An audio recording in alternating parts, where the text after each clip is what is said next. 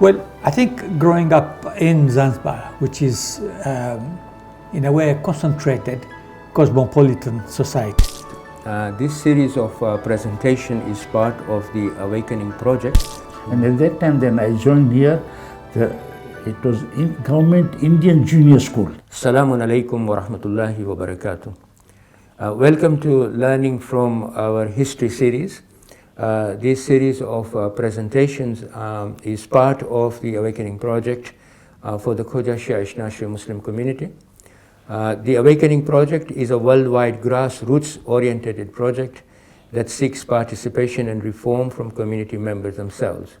More details are available on the website. The objective of Learning from our History series is to understand our community history and learn from it so as to chart out the destiny of our community for the better.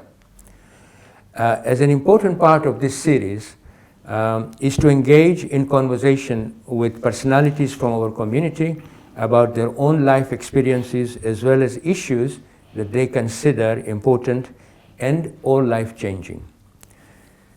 So today we have with us Alhaj Mohamedbhai Dhirani. He was born in Tanga. He started his education in Dar es Salaam, both primary and secondary, and then joined civil service treasury under the British government. And then subsequently he remained as a civil servant with Tanganyika Government, and subsequently it became Tanzania. Then Mohammedbhai started his own business and eventually retired as a businessman. But from 1971, he was a president of Dar es Salaam Jamaat, which is one of the largest, well, which is the largest Jamaat, I believe, in Africa. And he served as a president for 8 years. And in 1985, he became chairman of Africa Federation, and he served as chairman of Africa Federation 12 years. He has a distinction of serving as the longest serving chairman for almost 20 years, both as Dar es Salaam president and Africa Federation president. Welcome, Mohammedbhai Dhirani. Assalamu alaikum wa rahmatullahi wa barakatuh. Yeah. We are very grateful to IBN TV, both Mohammedbhai Somji and his son Mohammedbhai for facilitating this interview with you. To begin with, Mohammedbhai, I want to ask you, what is your memory of your early childhood from your place of birth in Tanga, then to Dar es Salaam, your parents, your primary and secondary schooling in Dar es Salaam? Perhaps we can explore that to begin with, and then we'll go into the life history afterwards. Yeah. Yes, as you said, I was born in Tanga, and then my father had a religious education background from Zanzibar, but he did not devote his time as a professional mullah or something. He had his own business, Kanga business, and he used to teach madrasa and recite majlises and many other functions, I mean funeral and all those things. Okay. Now in those days, 1930s, I mean we did not have the system of recruiting Maulis from India. All right. And last time Jamaat wanted somebody here to look after the madrasa and the member and everything. So my father was approached. So my father came here and he served the madrasa. He taught so many. I think he also taught your father. MashaAllah. Okay. All those old people. Right. And at this time he used to do all the function moral majlises, because at those days we did not have Maulis coming from India. And they used to do the wedding ceremonies and especially funeral, ghusl and burial and talqeen at the Qabristan. Right. And I remember in those old days, sometimes if the burial was at right 10 o'clock at midnight, at 10 at night, he would return at 12 o'clock midnight, and then he will have to take a ghusl at that time. Okay. So that was his life. And at that time then I joined here.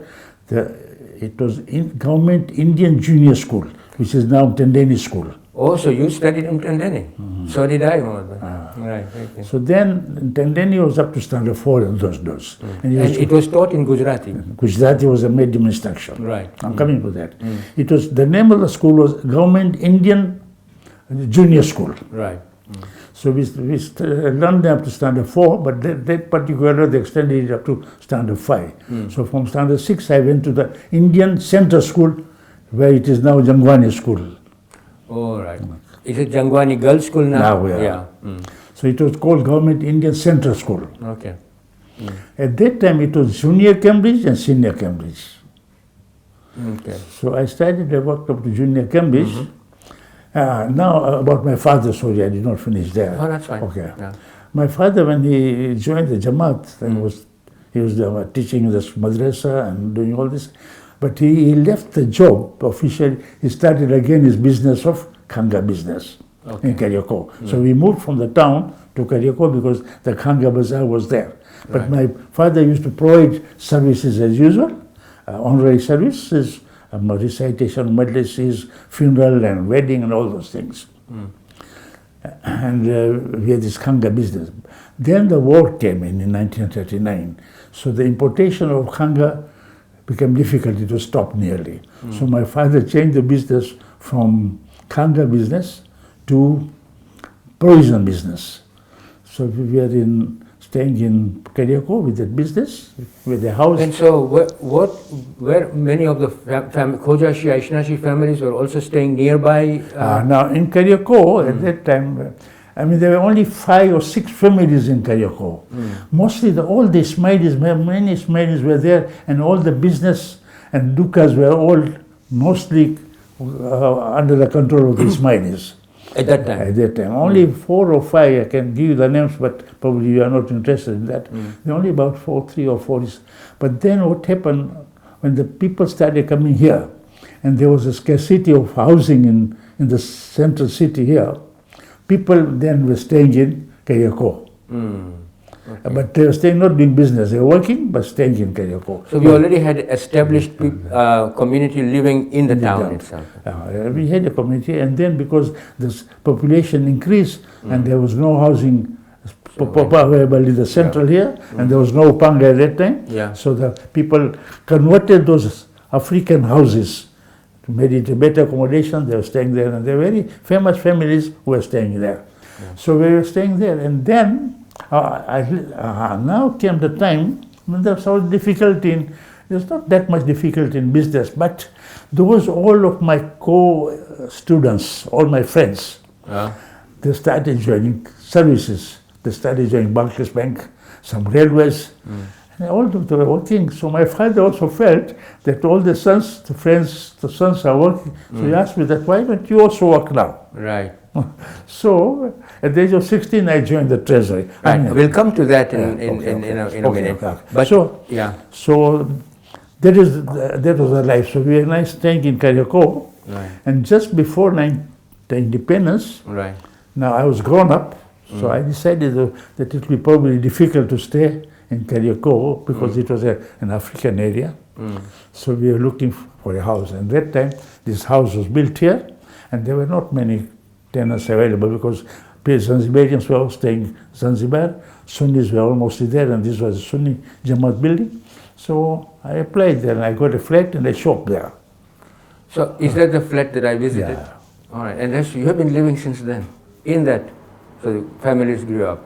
Can I ask you another question, because I think it's very important. Now you were the eldest in your family, and the burden then of responsibility fell upon you. That's why your dad also told you how about you started to work. Then the sudden death of your brother, which shaped you quite a lot as well. So perhaps you can explore this and how it has shaped you as well. Now, although I did not have that education, but then the government here opened a government college of commerce. So I went into evening classes and I took up the course in accountancy, and I did all London examination of Royal Society of Art in accounts and business and commerce. Okay. And also did I advanced my English knowledge also there. There was English classes. And in the English classes, I became one of the best students. So at that time, although I did not have the education, but I had 3 younger brothers. And I gave them out. Now my second brother, who is still alive in Los Angeles, about Los Angeles, I got him educated, and he was working in East African Airways. And East African Airways people sent him to Germany in his own field of aeronautic engineering. Yeah. And he was working there, and then here in the beginning, in 1961, after independence, government invited Canadian engineers, aeronautic engineers. Okay. And they took him away. And he was a person who went in 71 to Canada when there was no requirement of visa. At that time? In fact, when in 1971, I went on a holiday to meet him. I did not require a visa. I got the visa at the airport there. And in fact, people told me that, why don't you settle down here? But because I was a civil servant, I was looking towards my pension. So I came back. Then my second brother, Alhaj, who is now in Toronto, after his completion, I sent him to India for the studies. Yeah. And he went to Aligarh. At that time, Aziz Sachadina was there. Okay. So I don't know, all students themselves, so he went and joined Aligarh, and he became a BCom there. Oh, your brother? Okay. He became BCom, then he came back here. When he came back here, there was a time when the banks were nationalized. And I was a chief accountant. I was seconded, seconded means it's a temporary transfer, to Ministry of Health, because all the accounts of all the ministries were under the control of the treasury. Right. So I was sent by treasury to take over the accounts of the Ministry of Health. So I was in the Ministry of Health, and when the banks were nationalized, there was one Mr. Allen in National Bank of Commerce in the headquarters. So once he came to my office there, he said, we want our bank staff to be provided with government medical facilities. And we had a scheme called medical capitation. So in doing that, I was giving them how are the charges. I mean, there's a bulk charges. You have to pay, say if there are 100 workers, you have to pay so much. If there are 200, so then they get free medical treatment in the hospitals. When he came there, so I said, I got my brother who's come back just from India, is qualified as BCom. I said, okay, we want him. Yeah. So they appointed him assistant to the chief accountant straight away. This is from the brother from Aligarh. Yeah. So he joined there. When he joined there, he worked for, every year they get 28 days leave. I told him no, and they could accumulate 2 years leave, 56 days. Right. So I said, don't take your first leave. Second leave, when he had properly established, he had 56 days leave. When he got 56 days leave, I sent him, you go now to London and do accountancies. So he went to London and he did chartered accountancy there. Over there, now 71, there was still this exodus of Uganda had not taken place. But this girl to whom he is married, who is Razia Bai, daughter of Bin Jijas, who is now taking Zawas every year. She makes about 6 or 7 trips to that. She was also studying there as a nurse. So somebody arranged for them to meet, and they agreed, and so the marriage was arranged. Okay. So 1971, my brother spoke to me, so I had to send a message, a proposal to the parents in Kampala. All right. Okay. So that was the system. So then, from their parents and we attended. Now there was no Isnashi Jamaat or anything. There was Isnashi Union. Now this is in London, Isnashi Union. Yeah, I remember that. Yeah. So I contacted Nazir Jessa. That now we want to arrange with how to do it. And at that time we bought a house. I had some money. We bought a house there in Wisden. So we arranged a marriage in Wilson in that house. He arranged for Molly, and my brother had some friends, and I had some people, about 20-25 people. We had the nikah performed there, and we had walima there, small walima, and the marriage was performed. So now in 71, that brother of mine, second number, who had gone to Canada, so he said, now come here, visit me. So I flew to Toronto, again without a visa. I got the visa on the airport. So I visited Toronto at that time when there was no Jamaat. There were only 4 or 5 people and they were staying that 101 Young Street. You know, Toronto, there's a long Young Street. And all they were staying, there was something like a hostel or anything, they were staying there. And there was Mahmoud Habib, if you know him. He was there, so he was my friend. I used to see the restaurant, so I used to go to his restaurant and go to the city, come back, and I passed my time that way. Okay. Then my third brother, Bushtaq, the last one. I also sent him to India, and he wanted to be a doctor, so he went to Pune. Because other students were studying in Pune, so he went to Pune. He passed in first class. But then in Pune, at that time in India, there were limited seats for overseas students. Right. So he could not get a place as a medical doctor in Pune. So he moved to Bombay. In Bombay also he could not get, there were other students with him because they took veterinary courses, but because he had a better record, so he got a dentistry. Okay. So he studied dentistry there. So when he came back, again I was in the Ministry of Health, so he immediately arranged for Muhimbili, and in Muhimbili he did the internship, and he worked for 2 years, and the Muhimbili then offered him a scholarship to Holland. Nijmegen is the place, Nijmegen University. So he went there for, I mean, it's not post-graduation, for specialization, because in dentistry I think there's not a second degree, no, in dentistry? No, there are. So anyhow, he went there for 2 years. So he went there for 2 years. At that time he was already married. And incidentally, my brother, he married to my wife's niece. Right. So I became his uncle-in-law. Oh, right. Now she was also studying, her parents sent her to India. She was studying in Sophia College there. And they met over there. Right. And she was so beautiful, I mean, like a Parsi, like a European. And my youngest brother, he was also very handsome. Right. So I don't know, they were in love from there, but we never knew about it. When they so they got married then? And then when they got married. And then he came to practice here, and then you received a news? See, he was working here, he went to Holland, he came back. He had to work for 5 years because he was sent by government. Right. So he was tied up to the government, he worked for 5 years. After 5 years, then he had a friend here, Dr. Jafarji, so Bora. They wanted to open their own dispensary, so he joined there as a dentist on the basis of partnership. Right. But after 5 years or something, then another Bora was coming, then he opened his own. Now then on 1st May 2002, in the morning after prayers in the morning, I received a call from my sister-in-law. So will you come straight away home? Something has happened to your brother. And I went there. He was dead, heart failure. It must have shocked you.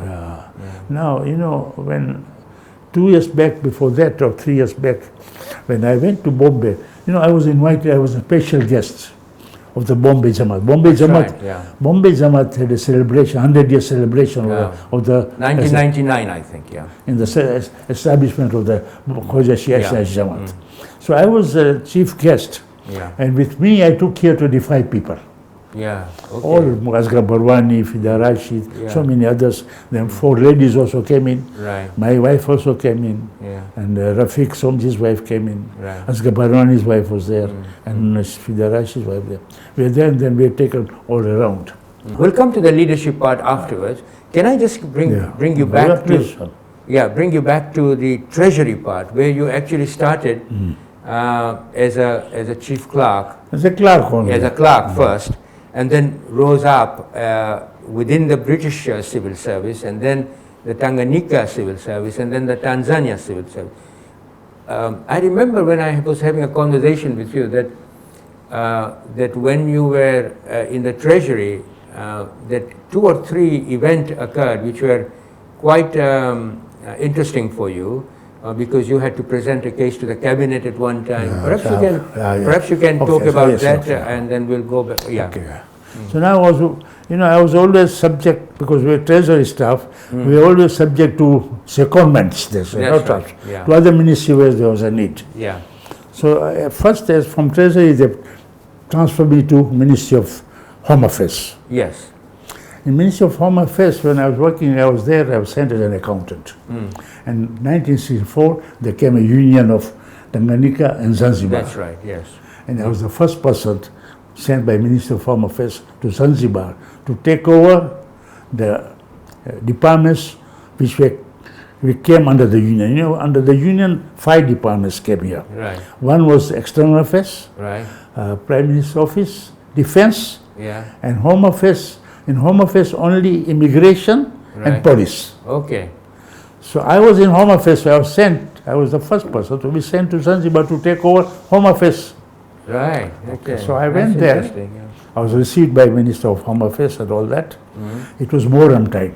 Right. And now if you remember in 64, when revolution took place, and then people were Isnashi, mostly Isnashi were working in civil service and offices. When they used to go to office, they were told, no, there's no work for you. Okay. And now I reached there in Muharram, and I was having an escort of a policeman. Right. Wherever I go, I with a policeman. They came to collect me. So at night I used to go to Muharram Majlises. I had to stay there for a week. I used to go see the minister. Now at that time, although the union took place, this was between the two heads. The other people downstairs, minister, were not happy. So when I went there, I saw the Minister of Home Affairs of Zanzibar. Anyhow, by any means, there was one Isnashi working there. From there, I go to the particulars. And when I used to go to the mosque, everybody now, ametoka mtu amekuja kutoka Dar es Salaam hapa na nini. So now people, I know they were unhappy because I've been removed. So they were approaching me. I said, no, I can't do anything for you. I'm only for this. So that was the first step of mine. I took it there. Right. Okay. Yeah, okay. Now second time, then social service, it was called National Provident Fund. Right. Social Security. Yeah. They had here Americans who came here because Social Security was very widespread and it was collecting a lot of money. I mean, every employee had to pay 5% of the salary, and the employer had to pay 5%. That is a pension then. It was then gratuity. At that time, it was not pension, gratuity. You Right. paid lump sum. Okay. And that it was increased to 10%. And the Americans came here to do the accounting was very in a mess. At that time, computer, mainframe, there used to be mainframe computer which would occupy the whole room. Yeah. Big computers. Yeah. We did not have this, what you call this computer? Laptop and desktop. So there was those computers. Yeah. Before there was Holerith. Right. Holerith was something like that also in Treasury. Then it changed to computer, the big computer. So I was then, when I was Chief Accountant in Ministry of Health, instruction came from Treasury that I now to move to National Provident Fund. This is the instruction. Yeah. Instruction. From there it comes as an instruction, and to streamline the accounts there. Then the minister there, Minister of Health, was Sijaona, Mr. Sijaona. He liked me very much. He said, no, I won't allow you. So he told the Treasury that we will not allow Mr. Dhirani to move from here. Yeah. And I received the instruction from Treasury. You are our staff. You don't go, we dismiss you. Right. So I was So sent you there. had to go. Yeah. Okay, I went there with the Americans. I saw the system. And then I found, Alhamdulillah, I could say, I proposed them a new system. Right. Okay. I said, instead of this system, the actual system of putting it into the accounts. Yeah. They agreed with me, but then we were finding it difficult to use the computer. There was only one computer in TANESCO. Right. So we had to prepare a paper that we wanted our own computer mainframe. It is called mainframe. Right. So the paper was sent to the Treasury. Treasury said it was in Nerere's order that he did not want computer in Tanganyika. Really? Yeah, he did not want computer. So this order was sent. So I was called to the cabinet. So you sat in the cabinet meeting? Okay. So it was. I went to the State House. This was said that this is the cabinet room. I was kept outside in the room. When they finished their usual meeting, Right. so I was invited. Right. So there's a long, as you know, there's a long table. Yeah. So there, Nyerere, I sat down here. Right. So first Nyerere, the meeting was over. He stood up. Ileni island, ile kiziwa inaitwa nini, they were talking like that Yeah. only. So I sat down there and I had to speak in Kiswahili, and I spoke in Kiswahili, I could speak well. Yeah. And I said, we want these things and we have all the money and we're finding difficult and we can't get the UNESCO timetable properly. Kawawa was like, say, Nyerere was here, Kawawa was there. So waka said, "Tio, hawa wanataka na wanayo pesa, kwa nini simpe?" Right. Then the Lusinde Home Affairs was here. He also supported. Right. So sasa nayo pesa nyinyi mnaweza kuendelea, ndio. So that's the way we got this. So that is my second event. Yeah, I think the third one is, if you can briefly just mention that, and then we can go on to the next question. So Then what's the third one? When I was Chief Economic Minister of Health, we had to prepare the budget of the Ministry of Health. Right. As a Chief Accountant, I had to prepare the budget. So the budget is submitted. Now, budget before going to the Parliament, they call it Committee of Supply. This is the same Parliament meeting, but it's in the form of a committee. Right. So I was invited there to submit my budget speech and say why we want this, this, and that. And this is the increase from last year and all that. And there also I was questioned, and there also I had to speak in Swahili. Okay. And now, I was thinking now, Swahili was just developing in 64. How will I address the president? Will I say, Bana Mwenyekiti, or Bana President, or what should I say? Yeah. Then I heard them, they used to say, Bana Kinara. Bwana Kinara. All right. Okay. Yeah. So I started learning Swahili, so I had to speak the same way, and then I got the pro. So these are the main things there. Yeah. And the final one I'll tell you now. Okay. In 1974-75, a law came, there was a minor regulation which says a person can retire at the age of 45 years. Right. So I reached 45 years at that time. I started the businesses now. So I wanted to retire. And then as I was in the National Pavilion, as I told you, there, they had to pay benefits and all that. And I saw that now they were all Africans working there. And I was given proper respect and everything, but I started getting news. First, there was delay in making payments of benefits. Right. And if people claim benefits, they would try to ask for bribe. So that started at that time. Okay. Now I thought that if I stay here now, and I already started my business, better retire. Right. So I submitted my retirement under 45-year rule. Oh, so at age 45, you started your own business. No, I had my business started already. All right. In partnership with Rafik Somji. Yeah. We had the Tanzanian writers and foreign lithoprinters. Now he wanted people, and government service at that time was 7:30 to 2:30. Right. So at 2:30 I'll come out of the office, go in the mosque, offer my namaz, and stay there. I go to Sai writers. Stay there up to 5:30. Right. Okay. So now, at that time I submitted my notice of retirement now, under 45 rule. Yeah. I submitted retirement, treasury refused. No, we can't release you. I'm sorry, I'm saying I'm not being proud of it, but these are things passed to me. Yeah. So I wrote a letter to say that you don't have the power to refuse me. This power is only retained by the president of the country. Right. So I said, let it go to the president. So, they did not submit anything. So on the last day, I went to the treasury. I said, no, tomorrow is my last day. I said, I come to say Kwaheri. Okay. I said, if you go away, we'll not give you your pension. Right. I said, but you don't have power to retain me. It has to go to the president. So they realized it. So they wrote to the president. So president said that you cannot retain him, but because you want him, keep him for another 2 years, let him train somebody, and then he must go. Right.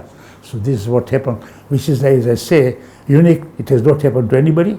Right. I was the only person who attended the parliament meeting. Okay. Not parliament, so cabinet meeting. Yeah. I was sent to Zanzibar, and in my retirement case also. I'm not proud of it, but it is already, it's a blessing from Allah subhanahu wa ta'ala. That's a very nice summary of at least that side, part of your contribution, in that part of your life. Can I come to the community life? What inspired you? This is a close question for you. What inspired you to become a volunteer to a community? What comes to your mind? What inspiration? What inspired you to become I don't know, when I was young studying, I mean, at Kabastan, when in Kabastan there was that building and there was people who used to sit here. Yeah. So somebody told me, this with tea. So I started, taking tea after. It's still continuing until now. That's right, yes. Then Pyali Rustam, at that time, established Hussainia Society. Okay. And your father was a member, so you see the photo. Yes, of course. Muhammad Rahim. You sent it to me. Muhammad Rahim, three brothers, Panju brothers, Kasmali, Yusuf and Hussein. Right. Then Ghulam Bas Suleiman, and my friend Ghulam Mehdi Haji, Mustafa Walji. We about 12, 13 people became members of the society. Right. In 1946, there was first primary conference of the establishment of the African Conference. It was East African Conference. What year was it? 1946. Right, okay. So at that time we did not have any halls here. There was one hall, Islamia. Anjuman Islam. Yeah. It was just a hall, there was no toilet facilities. Yeah. But we were the volunteers there. Yeah. We were serving the tea to everybody. Okay. And now the people were speaking there, and there was some one person from Mombasa, well dressed, same body. Yeah. And we called him Amdarizina, the way everybody will talk and will argue, he'll be quiet, and then he will come and talk, and everybody will agree to him. So, I mean, that gave me inspiration. All right. I mean, I was listening to those lectures, and that time it was only Gujarati, That's right. A.S. Muhammad was chairman there. Yeah. I was listening to the speech. So that inspired me. And then after 46, that was primary conference only. Right. All the delegates from all the country came in. There's only one long table in which we sat down there. Then in 47, it was a constitutional conference. 47. Right. Constitution conference, wherein now they were passing the constitution, they were establishing now a federation. So that also we were the volunteers. Okay. So I served tea and all those things. So that's how you started. Yeah, and also got your inspiration from hearing the speeches and all that. And now in 1956, I used to attend Jamaat meetings also, Jamaat meetings. Yeah. So I was in a meeting there. So now it was election time. Right. Chairman Muhammad Nasser elected, honorary secretary somebody elected, joint secretary somebody mentions Mohammed Dhirani. So you became a joint secretary. I became joint secretary. Right, okay. After 3 months, the secretary resigned. Right. So the president told me, now you take over. So I became the honorary secretary. But then, because I was in government, I knew O&M. O&M is Office and Methods. Right. Officer? Office and Methods. Office and methods. All right. There's a department of O&M, they call it. Everywhere in UK also there is that. In all countries. We had that, they would come and organize everything. Yeah. So when I went to Jamaat's office, I saw a file will have correspondence about marriage, about death, about something. There were no proper correspondence. So you started to organize I took all the files, whatever it is, I stayed at home at night. Yeah. And then at that time, previous there was no TV or anything. So, I used to take all the papers, spread it, this new file, this new file, this new file. If somebody donated a house or something, it was in a journal file with the condition, all those things. Yeah. So, So you organized? I organized, prepared different files for different subjects. Right. Because I was aware in treasury, treasury was the department where every organization with all the departments at that time, there were no ministries in tax. So I arranged all those things, I prepared everything, and then I worked for one term. Second time they come, we want Mohammed Dhirani again. I said, no. I said, I will not work again. I mean, I wanted to remain in my, but they forced me. Then I took up a treasurership. I became treasurer. You became a treasurer, from secretary to treasurer. But I was, as I told you, I was working in treasury and your That's house. right. Yeah. And then again I retired again, I'm forced. So what day, I became ill. I was ill at home. Alhaj Mohamedbhai, if you remember Alhaj, yeah. He was trying to become a chairman now, president of Jamaat. And at home he came up, sir. Right, yeah. And he brought Mustafa Walji and said, we want you to become honorary secretary. So then I became secretary again in 1971 under Alhaj Mohamedbhai. Okay. And then there's no return back. Yes, because in the introduction we say 20 years at leadership level. So you served as leadership only as a president. Before that I was secretary and treasurer. So from 56 I've been working. At some level or others, yeah, okay. So, but as I understand it, you served as the Islam Jamaat chairman number of times. Of course, we said in the intro. and then chairman of Africa Federation. Can you give us insight into how you felt about the responsibility that you took? Yeah. Should I say about Dastam Jamaat first? Yes, first Dastam Jamaat. We've got Mohammedbhai about 10 minutes. Okay. So if I can, because I have another question as well, which is to look at the future. Okay, now, so I'll give you these two important things at Dastam Jamaat. And then Africa Federation, and then what you think about the insight. Yeah. Now, two events have killed you very important. Here, in the Dastam Jamaat, if you know the history of ladies, the Imawara ladies were controlled by Mrs. Shirin Abdul Soda Sachupira, and Mrs. Mitani, Sakubai Mitani. Right. Mehfil Abbas was controlled by Fatumulliani, Fatumulliani on all the steps. Yeah. In the general meeting there was a budget prepared by the Jamaat at that time, and there was expenditure of Mehfil Abbas. Yeah. So Marum Ghulam Ali Somzi, Rafiq Somzi's father, he put a question, why here there are expenditure of Mehfil Abbas? This is very crucial, how it changed the situation in Daslam. Okay. Why there's no income of that money coming in the boxes in Mehfil Abbas? Okay. So said by it is under control of ladies, independent ladies. If they have independence, if they are not under the control of the Jamaat, why Jamaat is paying for these things? So it's time now that we should take over. So a resolution was put on that the affairs of the Mehfil Abbas and Imawara should be taken over by the Jamaat. Okay. And I was the honorary secretary. And now we had to go. So myself and Araki, we went to Fatumumu house, was there. He said, કેમ છો શું છે આમ છે અમને વિચાર થાય છે કે હવે આપણે છે ને કે આપણે આ લઈ લઈએ જમાતમાં આવી જાય તો તમે તો કામ કરો છો ને કામ કરતા રહેશો. You know, we had to put it in a political way. Right. So અમે લઈ લઈએ કંટ્રોલ ને આ બધું કરીએ તો they thought that they will come to control and they will be the in charge. So તમે સોંપી દો તમે ચલાવીએ. તો ઓકે ચાલો થતું હોય સારું આમ છે તેમ છે. But we came back and we looked for ladies now to take over. We wanted a central committee now for both Imawara and Mehfil Abbas. Right. So we went, myself and Araki by. Moram is coming after 1 or 2 weeks. And we wanted to have now a central committee. Every lady approached, nobody's prepared. We are getting unnamed letters criticizing us, but there were 5 ladies who agreed. So we handed to them this, and then we went to Mumbai.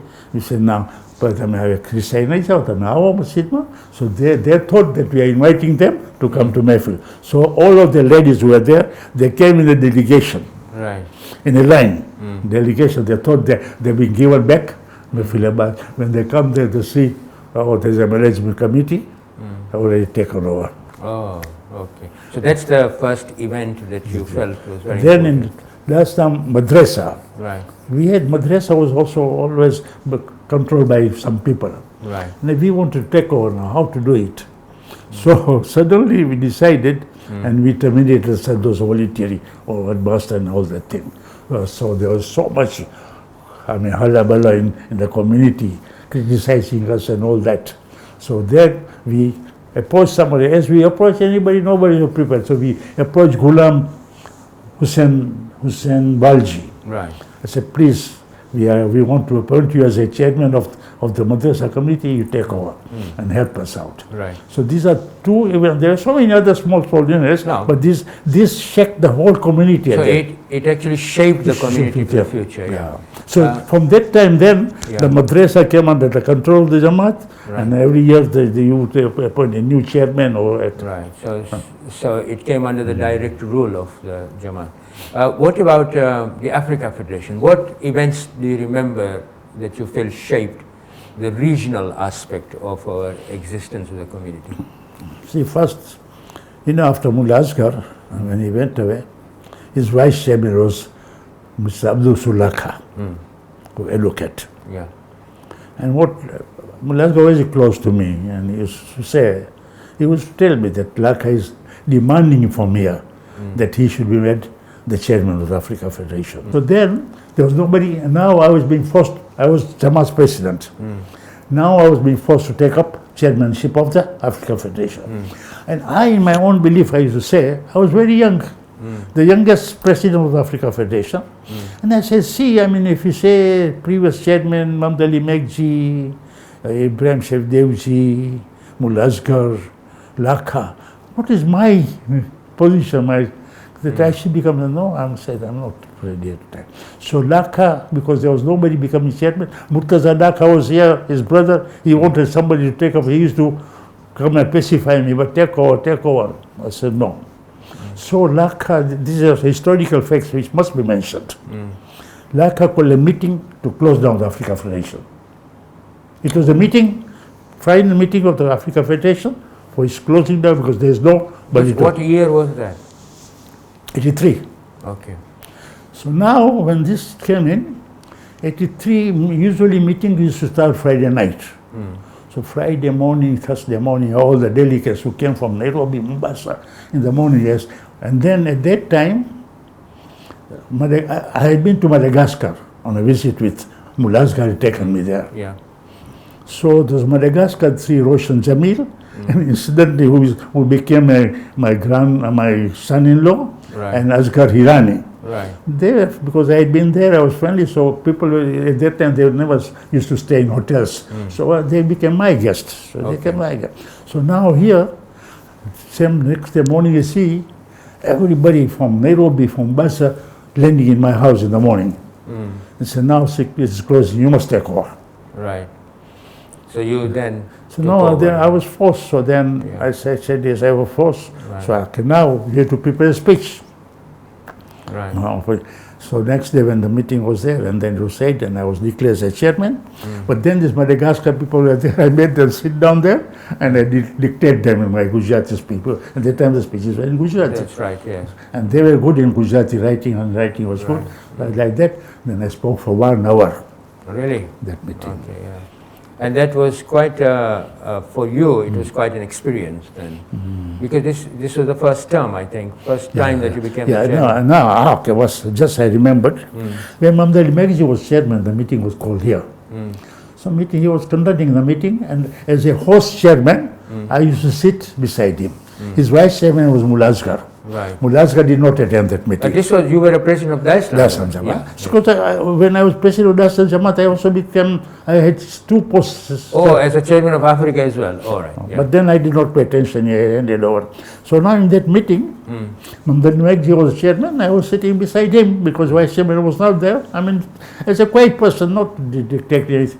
In the morning we go in the meeting, and the news comes, Mohammedbhai Dhirani cannot attend the meeting. Right. Okay. So as a president, when I did open the meeting now, because there was no chairman, I said the chairman cannot attend, he's not ill, so let us elect somebody to continue the meeting. Right. So I proposed somebody else. People all stood up and said, no, you have to be the chairman. You have to. Right. So in the absence of him for about 3 or 4 hours, I conducted the meeting of Africa Federation Conference when I was still president of Dar Jamaat. So you had quite a role to play in that sense. I don't know, alhamdulillah, I'm not proud of it. Please, don't take it that I'm trying to be conceited or anything. No, not at all. I mean, you are I'm relating what you saw and what you felt, yeah. Can I finally ask you, because we haven't got much time, how do you see the future shaping of our Khoja Shia national Muslim community? How do you see now, I've gone a couple of minutes now. And I'll tell you now, because we have spread over, language plays an important part in the unification of a community. Sure, yeah. And now since we have been scattered over, when I go to Madagascar, I see they only speak Gujarati, or the second language is French. Yeah. When you go to Portuguese, they don't know any language except Portuguese. That's right, yeah. And you people in the United Kingdom, and you and your children, they have lost our vernacular language. They're speaking all that. So now, and if you go to Pakistan, they're speaking Urdu. If you go to India, Gujarat, they speak Gujarati. If you go to Bombay, they speak Hindi. So I see that our community is getting scattered. Language is the only part which can keep us united. If we lose our language, a common language, our community after 40 years, and this is what Hassan Jafar has also predicted. After 4. So one thing you will advise the present leadership is to Have a common concentrate on preserving our Common common language language. of Gujarati. Yeah. Okay, Mohammedbhai, thank you very much. I've heard a lot of interesting thing, and you had a very interesting life. Mashallah, you're blessed to serve the community for 20 years as a leader of the community. I believe that you are the only leader of your generation now surviving. So, thank you very much anyway for coming and giving us the benefit of your experiences. Thank you very much. Thank you.